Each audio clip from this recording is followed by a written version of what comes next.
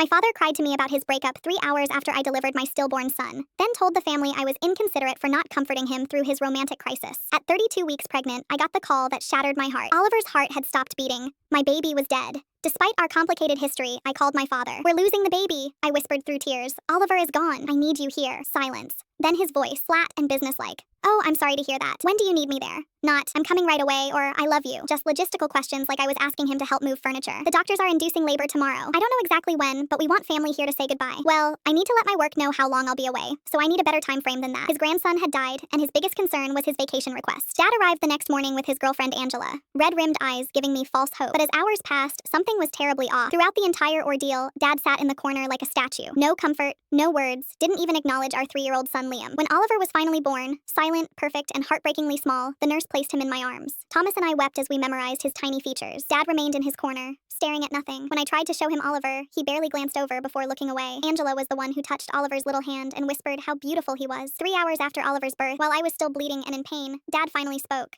"You should probably go home to Liam. He's very confused, and he needs you." I stared in disbelief. I had just given birth to my dead son, and his advice was for me to get up and take care of everyone else. Dad suddenly walked toward the elevator. Thomas followed him. When he returned, his face was grim. "I'll tell you later," he said quietly. We went home that evening, emotionally destroyed. Dad and Angela settled in our living room, Dad maintaining that eerie silence. Around 9 p.m., Angela excused herself to the bathroom. The moment she left, Dad turned to me with tears in his eyes. The first genuine emotion all day. "Sarah," he said, voice breaking, "Angela and I broke up, but I don't want to talk about it right now." The words hit me like a physical slap. My son had died today. I had held my child's lifeless body while trying to memorize every detail of his perfect face, and my father was confessing his relationship problems while I sat in my blood-stained hospital gown. "What?" I whispered. "We broke up," he repeated, openly crying in a way he hadn't cried for Oliver. "I'm devastated. I don't know what I'm going to do without her." Something inside me snapped. This wasn't just about today. Back when I was 16, I told my parents about being sexually abused by my grandfather, and they dismissed my trauma like an inconvenience. "I cannot handle this right now," I said with deadly calm. "I think you need to leave. Don't contact me." "Sarah, wait. Get out of my house right now." "But I'm grieving too," he protested. "You're grieving your girlfriend. My son died today. Your grandson died today. And you're crying about your breakup like some teenager." Angela emerged. "We're leaving," she said quietly. The next day,